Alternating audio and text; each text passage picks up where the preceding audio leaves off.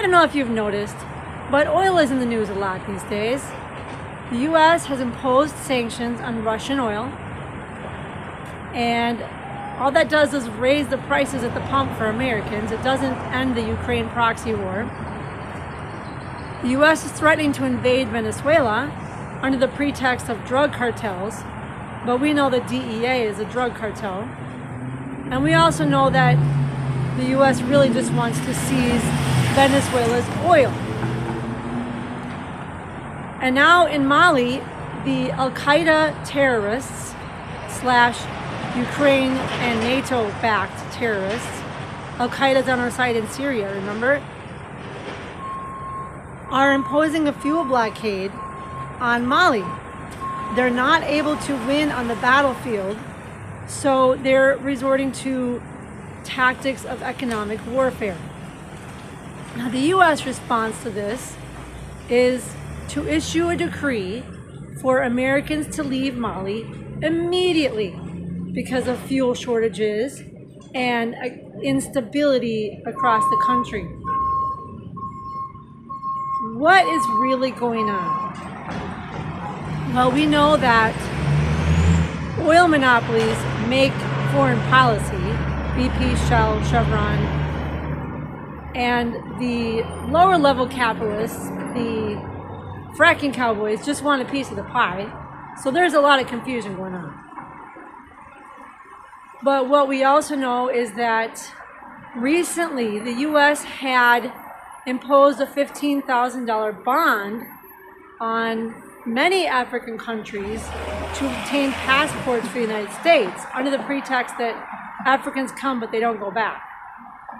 So Mali retaliated under international law, applying reciprocity, and they imposed a $15,000 bond on Americans to come and visit Mali. So a couple days ago, the U.S. quietly dropped those bonds.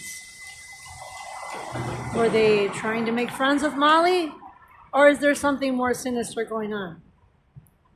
Well, we can find out what's really going on in Mali by listening to some actual on-the-ground reports. So I'll be back.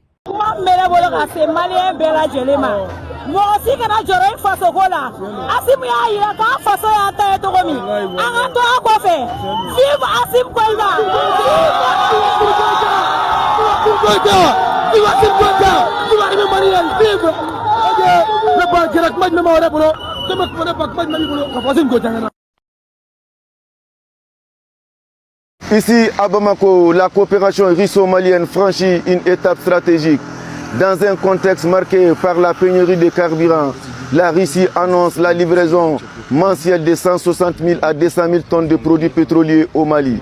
Cette aide, il faut le rappeler, s'inscrit dans la volonté du gouvernement malien de renforcer sa souveraineté énergétique et de consolider ses relations avec Moscou.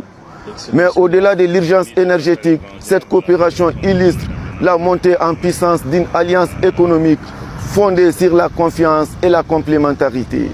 Selon plusieurs observateurs, il s'agit d'un tournant majeur dans la diplomatie malienne, porteur de nouvelles perspectives de stabilité et de développement. Ce partenariat est très sincère et solide. C'est comme si la Russie venait à lever l'épine au pied du Mali, puisque nous souffrons énormément en ce qui concerne cette pénurie de carburant, voire même d'essence, puisque nous savons que c'est le poumon même de l'économie malienne. Nous l'avons senti lorsque ces terroristes ont tenté de bloquer les sources d'approvisionnement concernant les grandes agglomérations. Nous avons senti cela à travers un peu le pays, et si la Russie arrive à nous livrer cela et que les autorités de transition arrivent aussi à sécuriser et à mener ces produits à bon port, je pense que ça sera un rouvre de soulagement pour le peuple malien. The purpose of our visit here is to find mechanisms, deliver petroleum products, fertilizers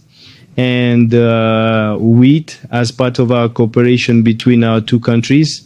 Mali is a strategic country, and so the development of relation between our two countries is a focus point. It's a key point for our country. So we are working with the Ministry of Finance and since 2000 on these issues.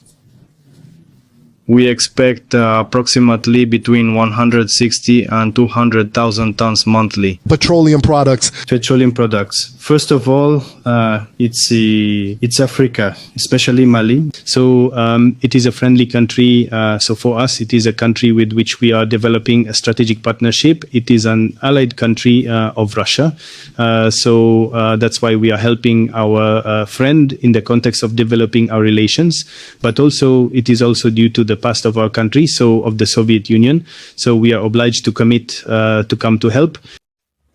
Mali is stepping its foot down, revoking more than 90 mining exploration permits, including those held by international companies after officials said operators failed to meet new legal requirements. According to a decree signed by Mines Minister Amadou Keita, all rights under the cancelled permits are now released and open for reallocation. The permits issued between 2015 and 2022 covered exploration for gold, uranium, rare earths and other metals. The move follows similar crackdowns in other African nations tightening control over natural resources. Mali, one of Africa's top gold producers, has faced declining foreign investment amid growing insecurity. The military-led government has also deepened ties with Russia, signing new energy and mining deals.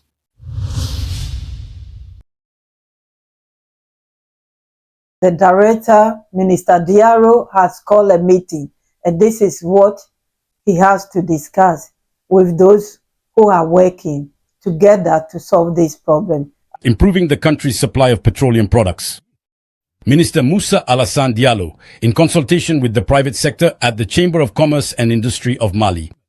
In response to the current shortage, the government is already hard at work to provide concrete solutions along three main lines. Ensure the continuity of the country's supply of petroleum products.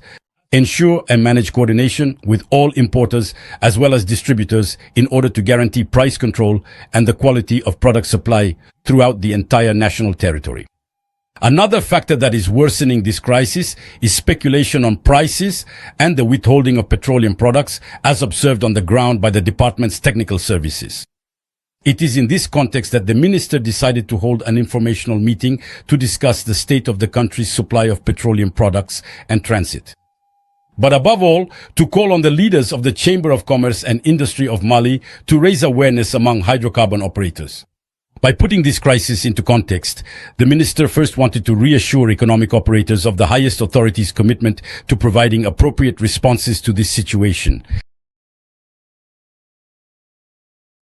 The Shell station located on Kamikrama Avenue was the target of the two government ministers who wanted to inquire about the smooth running of hydrocarbon sales operations.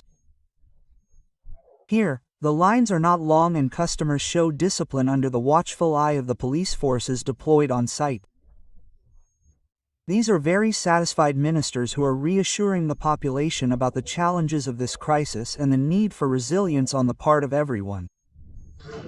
My observation is that the influence has greatly diminished, and we can also see that they are better organized. So I would like to congratulate the young people, the Malian population, for their civic spirit, and also congratulate the security forces who are really working to maintain order, and also congratulate the National Youth Council and all the workers at the stations here. So we saw that the station was supplied yesterday evening, and today these things are happening. The supplies are going well. And so I came with my colleague to provide the government's support.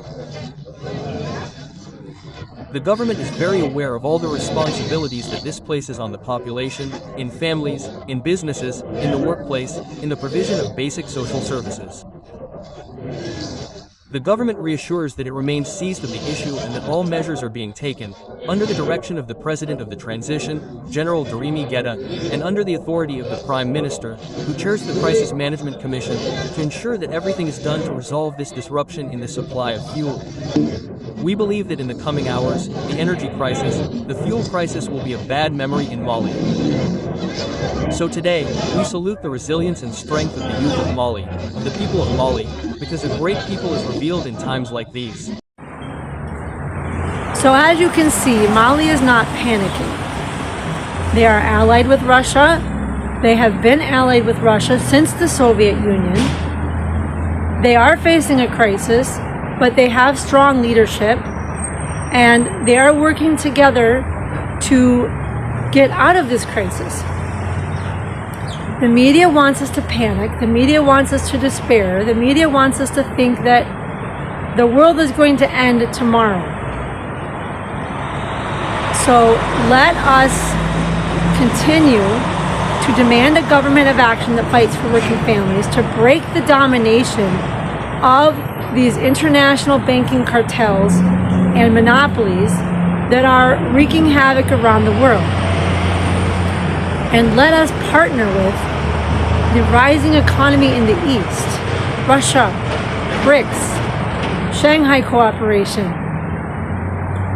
trade, not war, and not sanctions.